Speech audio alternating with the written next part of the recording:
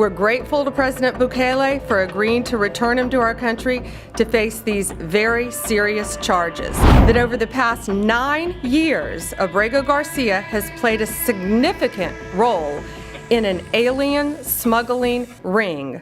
Abrego Garcia is also alleged with transporting minor children. The defendant traded the innocence of minor children for profit. We're here today to announce a major update in an important case. Abrego Garcia has landed in the United States to face justice. On May 21st, a grand jury in the Middle District of Tennessee returned a sealed indictment charging Abrego Garcia with alien smuggling and conspiracy to commit alien smuggling in violation of Title 8 U.S.C. 1324. We want to thank President Bukele for agreeing to return Abrego Garcia to the United States. Our government presented El Salvador with an arrest warrant, and they agreed to return him to our country. We're grateful to President Bukele for agreeing to return him to our country to face these very serious charges. This is what American justice looks like. Upon completion of his sentence, we anticipate he will be returned to his home country of El Salvador. The grand jury found that over the past 9 years, Abrego Garcia has played a significant role in an alien smuggling ring. They found this was his full-time job, not a contractor. He was a smuggler of humans and children and women. He made over 100 trips, the grand jury found, smuggling people throughout our country, MS-13 members, violent gang terrorist organization members throughout our country. Thousands of illegal aliens were smuggled. This is especially disturbing because Abrego Garcia is also alleged with transporting minor children. The defendant traded the innocence of minor children for profit. There are even more disturbing facts that the grand jury uncovered. It is alleged this defendant is part of the same smuggling ring responsible for the death of more than 50 migrants in 2021 after the tractor trailer overturned in Mexico. This is part of that same ring. The defendant abused undocumented alien females, according to co-conspirators, who were under his control while transporting them throughout our country. This defendant trafficked firearms and narcotics throughout our country on multiple occasions. They were using vehicles, SUVs, with added seats in the back, floors that had been ripped out, guns, narcotics, children, women, MS-13 members. That is what the grand jury found. A co-conspirator alleged that the defendant solicited nude photographs and videos of a minor. A co-conspirator also alleges the defendant played a role in the murder of a rival gang member's mother.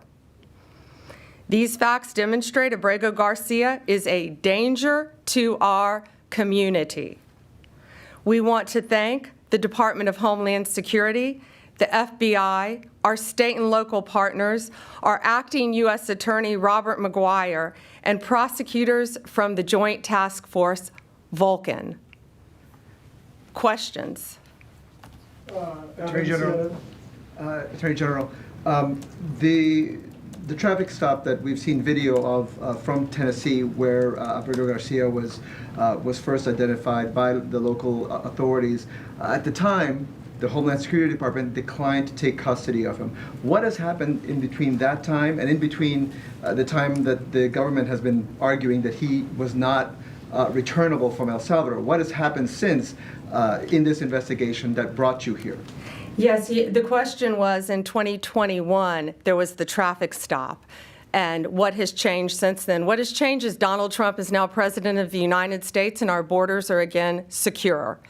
And thanks to the bright light that has been shined on Abrego Garcia, this investigation continued with actually amazing police work. And we were able to track this case and stop this international smuggling ring from continuing. But these were recently found facts, right? Yes, okay. Recently found facts. To that point, can you just explain when this investigation was opened? The investigation in Tennessee, can you say when that investigation was opened? Well, the grand jury indicted on May 21st. This investigation has been ongoing. This case has been hotly debated here in Washington.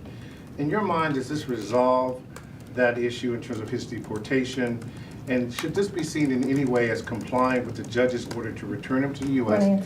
and the Supreme Court ruling that the U.S. government should facilitate his return?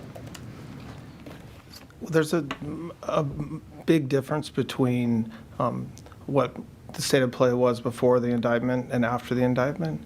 And so the reason why he is back and was returned was because there's an arrest warrant, which was presented to the government in El Salvador. So there's a big difference there. As far as whether it makes the ongoing litigation in Maryland moot, I would think so, but we don't know that. He just landed today. Jake, CBS. I just want to confirm what you said earlier, that you're intending to prosecute him and keep him in an American prison if he's found guilty, and then would remove him after his sentence is over. Correct. Yes, he will be prosecuted in our country, sentenced in our country if convicted, and then returned after completion of his sentence. Last one, Sadie, Wall Street Journal. Okay. I have two. One's on topic, one's off topic. Maybe I misunderstood you, but you were mentioning, that he had some involvement in a murder, or was connected to groups that had, involved with this other smuggling ring. But to be clear, the only charges he's facing right now are the, human smuggling charges. Just that's the one offense. But the other things that you have talked about are not actually in the indictment? No, co-conspirators allege that. And we were clear to say that he is charged with, it's not only very serious charges of alien smuggling.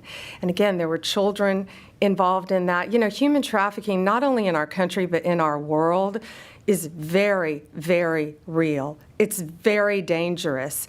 And as you saw recently in Virginia, the arrest we made of the MS-13 member, unrelated to this, we learned at that press conference, that's where they bring young children into our country and they start grooming them at middle school age to become MS-13 full-fledged members, commit violent crimes throughout our country. It is highly organized. It is very dangerous. And they are living throughout our country, but no more, because they are being arrested, they are being prosecuted, and being convicted and deported when appropriate. That's all for today. Thank you.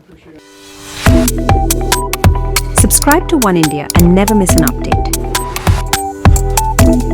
Download the Oneindia app now.